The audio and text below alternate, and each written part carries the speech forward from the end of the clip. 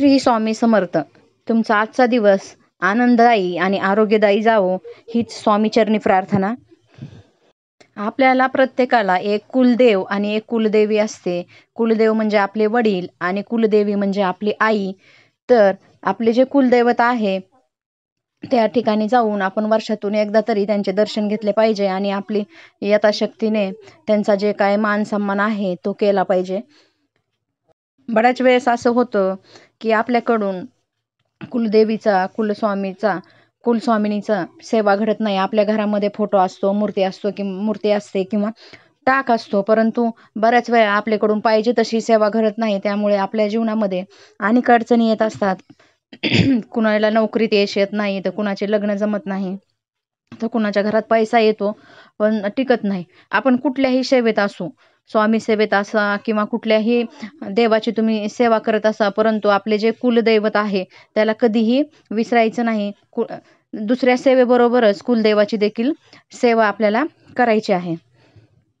तर आपल्या घरातील कुलदेवी जी आहे किंवा आपली जी कुलदेवी आहे तर ती आपल्यासाठी कोणते काम करत असते, तर कुलदेवी ही आपल्यासाठी आपले चांगलं आरोग्य ठेवण्यासाठी तिची नेहमी कृपा आपल्यावर असते. त्याचबरोबर घरात जे लेकरं बाळ आहेत किंवा घरातील जे सदस्य आहेत त्यांचं रक्षण देखील आपली कुलदेवीच करत असते. परत आपण जेव्हा कधी चुकतोय तेव्हा योग्य मार्ग दाखवण्याचं काम देखील कुलदेवीच करत असते. आपण खूप कष्ट करतोय पण त्या कष्टाला यश देण्याचं कार्य देखील आपली कुलदेवीच करत असते. म्हणून आपल्या कुलदेवीला आपल्याला कधीही विसरायचं नाहीये. तिची सेवा आपल्याला वेळोवेळी करायची आहे. तर अशा या कुलदेवीला तुम्ही एक वस्तू अर्पण केल्यावर तुमच्या कठीणातील कठीण इच्छा जी आहे ती पूर्ण होईल, याबाबतचा आजचा हा व्हिडिओ आहे. आपल्या महाराष्ट्रामध्ये 3.5 शक्तिपीठं आहेत. त्यापैकी तुळजापूरची तुळजाभवानी, कोल्हापूरची महालक्ष्मी, माहूरगडची रेणुका माता आणि वणीची सप्तशृंगी हे आपले काय असतात, यापैकी एक देवी आपली कुलदेवी असते. याच्या व्यतिरिक्त तुमची वेगळी कुलदेवी असेल तरीही तुम्ही मी जी सांगते ती सेवा केली तर तुम्हाला नक्की यश येईल. यापैकी आपली कोणती कुलदेवी आहे ते आपल्याला आधी जाणून घ्यायचं आहे आणि त्यानंतर आपल्या घरामध्ये एखादा म्हणजे त्या आपल्या कुलदेवीचा फोटो किंवा टाक किंवा मूर्ती असली तरी चालेल. तर आपल्याला आता सेवा कशी करायची ती मी सांगते. मी तुम्हाला सांगते की प्रत्येक कुलदेवीचा एक वार असतो. जसं की तुळजाभवानी, माहूरगडची रेणुका माता आणि वणीची सप्तशृंगी ह्यांचा कोणता वार आहे तर मंगळवार. आणि कोल्हापूरची जी महालक्ष्मी आहे तिचा आहे शुक्रवार. मग मी जी ही सेवा सांगते किंवा जी वस्तू तुम्हाला देवीवर अर्पण करायला सांगते ती तुमची जी कुलदेवी आहे त्या कुलदेवीच्या वाराच्या दिवशी करू शकता. मी आता तुम्हाला सेवा कशी करायची ती सांगते. आपल्याकडे जी काही मूर्ती किंवा टाक आहे किंवा फोटो आहे, तुमच्याकडे फोटो असेल तर फोटो स्वच्छ पुसून घ्यायचा आहे आणि चौरंगावर किंवा पाटावर किंवा तुम्ही देवघरात जरी तिची स्थापना केली तरी चालेल. आणि जर तुमच्याकडं मूर्ती किंवा टाक असेल तर आपल्याला काय करायचं आहे, आधी तिला पाण्याने स्नान घालायचं आहे, त्यानंतर दुधाने किंवा पंचामृताने स्नान घालायचं आहे.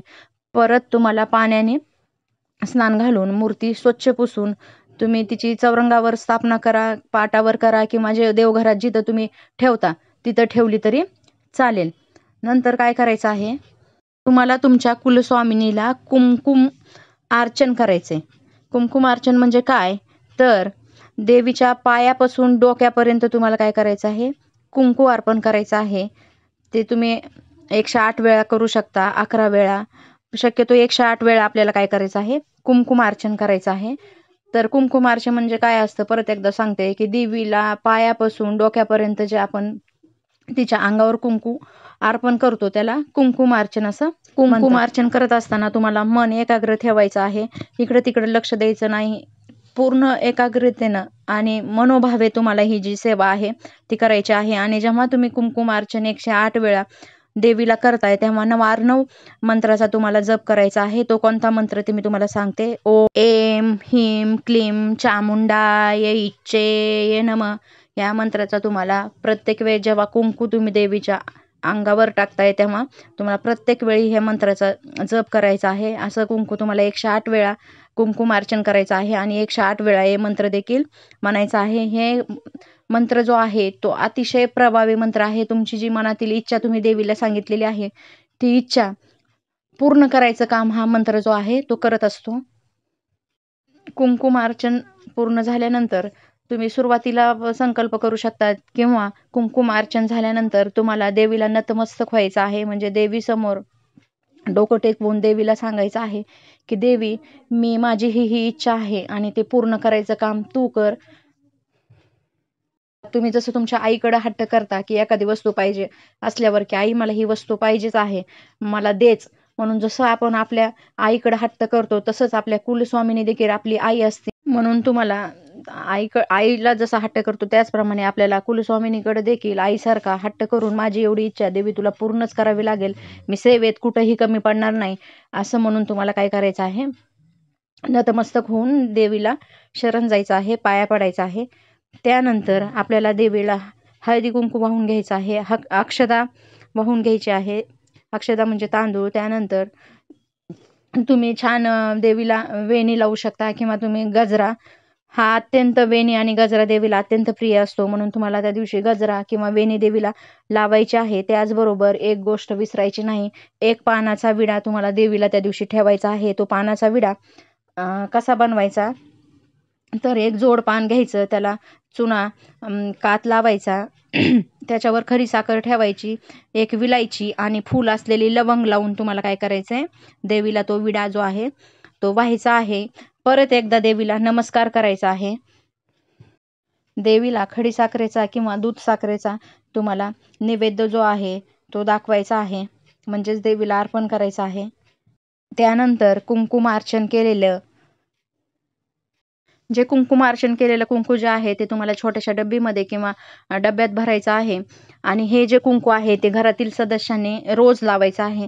जरी तुम्ही रोज नाही लावलं तर तुम्ही कोणत्या कार्यासाठी, शुभ कार्यासाठी बाहेर जात आहात तेव्हा नक्की हे कुंकू लावून तुम्हाला जायचं आहे. त्याचबरोबर तुम्ही नोकरीसाठी, ज्या कार्यासाठी तुम्ही हे जे कुंकुमार्चन करताय त्या कार्यासाठी जाताना तरी तुम्हाला हे कुंकू लावूनच बाहेर जायचं आहे किंवा कुंकू लावूनच कार्य करायचं आहे. नक्की तुमचं जे कार्य आहे ते पूर्ण होईल. रोज कुंकू लावलं तर अतिउत्तमच. त्याचबरोबर हे जे कुंकू आहे, कुंकुमार्चन केलेलं डब्बेत भरून ठेवलेले हे कुंकू बाहेरचे कोणी लोक आले किंवा बाहेरचे कोणी सदस्य आले तर त्यांना ते कुंकू लावायचं नाही. फक्त आपल्या घरच्या सदस्यांनी ते शुभ कार्यासाठी किंवा रेग्युलर जे आहे ते कुंकू लावायचं आहे. बऱ्याच वेळेस असं होतं की आपले 11 मंगळवार ची सेवा पूर्ण होण्याआधीच आपली इच्छा पूर्ण होते. तर ही 11 मंगळवारची सेवा पूर्ण होण्याआधी जरी तुमची इच्छा पूर्ण झाली तरी तुम्हाला मध्येच मंगळवार सोडायचे नाहीत. 11 मंगळवार ते आपल्याला पूर्ण करायचे आहेत. आणि 11 मंगळवार पूर्ण झाल्यानंतर, तुमची इच्छा पूर्ण झाल्यानंतर तुम्हाला तुमचे जे कुलस्वामिनी किंवा जी कुलदेवी आहे तिथं जाऊन, म्हणजे तिच्या मूळ ठिकाणी, जसं की तुमची जर कुलस्वामिनी तुळजापूरची आई असेल तर तुम्हाला तुळजापूरला जाऊन तिच्या चरणी तुम्हाला नतमस्तक व्हायचं आहे. घरातील सर्व सदस्य जा किंवा कर्ता पुरुष आणि स्त्री गेली तरी चालेल, तुम्हाला नतमस्तक व्हायचं आहे. त्याचबरोबर तिला साडी, चोळी म्हणा किंवा ओटी म्हणा, गजरा, तुमच्या यथाशक्तीनं जे काही आहे ते तुम्हाला तिथं व्हायचं आहे.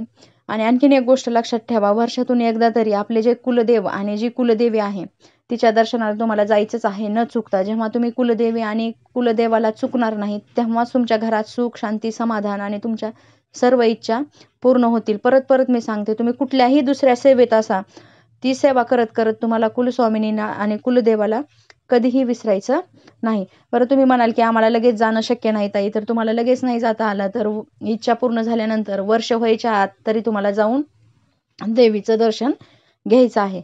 मी स्वतः हे म्हणजे 11 मंगळवारचं केलेलं आहे. मी केलं आणि मला अनुभव आला म्हणूनच मी तुम्हाला सांगते. तुम्ही पण नक्की करून बघा. तुमच्या मनातल्या जे काही इच्छा आहेत, कुणाचं लग्न जमत नाही, घरात पैसा टिकत नाही किंवा नवऱ्याला चांगली नोकरी नाही आहे किंवा नोकरी लागत नाही आहे, कितीही प्रयत्न केले तरी घरात सारखं आजारीच व्यक्ती पडतात, हे जे काही तुमचे कारण आहेत त्या कारणासाठी हे तुम्ही सेवा केली तर तुमचे सगळं इडा पिडा, दुःख, दारिद्र्य जे काय आहे ते नष्ट करायचं काम जे आहे ते देवी करत असते. आणि तुम्हाला यश द्यायचं काम देखील देवी करत असते. तुम्हाला चांगलं आरोग्य द्यायचं काम देखील देवीच करत असते. त्यामुळं तुम्हाला जर हा व्हिडिओ आवडला असल्यास लाईक करा. शेअर करा, सबस्क्राईब करा आणि भेटूया परत अशाच नवनवीन व्हिडिओ घेऊन नवीन व्हिडिओमध्ये. तोपर्यंत बाय बाय.